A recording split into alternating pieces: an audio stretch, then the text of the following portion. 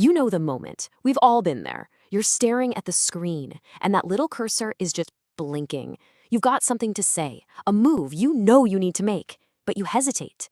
And in that one split second, well, the game's already over. Today, we're going to dig into that exact moment and pull apart the invisible pattern that got you there in the first place. Seriously, think about it. That tiny pause before you send a text or before you speak up in a meeting, that's not just a pause. It's a moment where you are actively, physically shrinking yourself. It feels like such a small thing, but it has this massive consequence. It's just chipping away at your presence, piece by piece. And this right here is the heart of it all. The loss didn't happen because of the words you chose, no. You lost the second you allowed that little voice of doubt to creep in. It's an internal thing, a collapse of your own standards before you even do anything. So this leads us straight into the first trap. I call it the path of carefulness. And on the surface, it sounds like a good thing. It seems smart, responsible, right? But playing it safe, man, it doesn't just limit your wins. It comes with this hidden, totally devastating cost. A lot of us were basically trained to see these as good things. Be safe, don't rock the boat, be agreeable so everyone likes you. But what's the end result of all that? You become someone who is constantly editing themselves, filtering every single thought and action just so you can be seen as acceptable. This is such a critical idea to get. We think being careful looks like respect for others, but to them, it just projects self-doubt. It's not a sign that you're considerate, it's a slow, quiet fade into being completely irrelevant. It shrinks your impact with every single careful step you take. And that is the real danger here. It's not about making a mistake, it's not about getting rejected. The biggest risk of playing it safe is so much worse. It's that you become completely and totally forgettable. Okay, so if carefulness is the trap, then what's the way out? Well, it's what we'll call the pattern of presence. This isn't about being cautious at all. It's about taking authentic, decisive action. And the difference is it's night and day. One guy is constantly asking for permission. Is this okay? He's looking for safety. The other guy, he's not reckless, but he just moves with this deep sense of conviction. He's seeking truth. And that raw, unfiltered authenticity is exactly what makes him so magnetic. So just for a second, be real with yourself. Looking at these two mindsets, these two paths, which one sounds a little too familiar? Because, just recognizing your own default setting, that's the first and honestly the hardest step to changing it.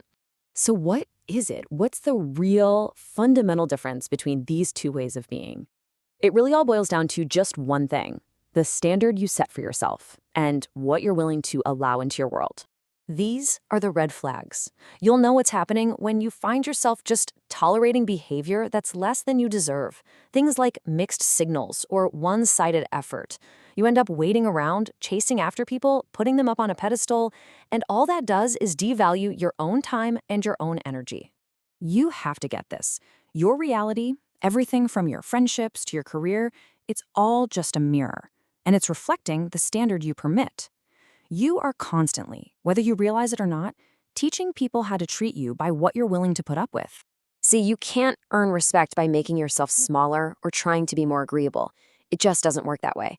Real respect isn't handed to you out of pity. It meets you at the level of value that you project. It meets you right where you stand, firmly, unapologetically. All right, so we've diagnosed the problem pretty clearly. Now, let's talk about the solution. This next part is all about the practical steps you can take to shift from looking for validation on the outside to building your own gravity on the inside. So here it is, a 4-step framework to take your power back. First, you gotta break out of those comfortable, predictable ruts. Then, you have to stop putting other people's opinions above your own. The absolute core of it is to focus inward and just build your own life, your purpose, your skills, your passions. And when you do that, your time it naturally starts to carry more weight. Now, when you start building your life with that kind of focus, you develop something we call drive. And this is way more than just motivation. It's a real, tangible energy. It's a presence that people can actually feel before you even open your mouth. And you can't fake it, because it's the genuine result of having a purpose. And that, right there, that's the secret sauce. Having direction is attractive. People are just naturally pulled towards someone who has a clear path. And having that clarity of purpose, It commands respect automatically. You never even have to ask for it. So let's go all the way back to that first moment, that moment of hesitation.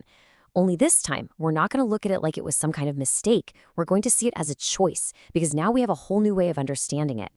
You know, that moment where you lost before you even started? That wasn't a fluke, it wasn't bad luck or some random one-time error. It was the completely predictable result of a pattern of behavior that's been running in the background for a long, long time. And here it is, that losing pattern broken down into its three most toxic parts. It's waiting for permission, filtering your true self, and tolerating less than you know you deserve. That's the loop. That's the self-sabotage cycle. And this is the end game. Building your life, raising your standards, it's not about being arrogant. It's about getting rid of neediness. Because when you can operate from a place of I want this, not I need this, you gain something absolutely crucial: choice. And the freedom to choose, well, that is the very definition of power. So this is where we end. The pattern isn't invisible anymore, is it? You can see the cycle of waiting and filtering and tolerating. So the only real question left is, now that you have this clarity, what are you going to do about it? What's your next move?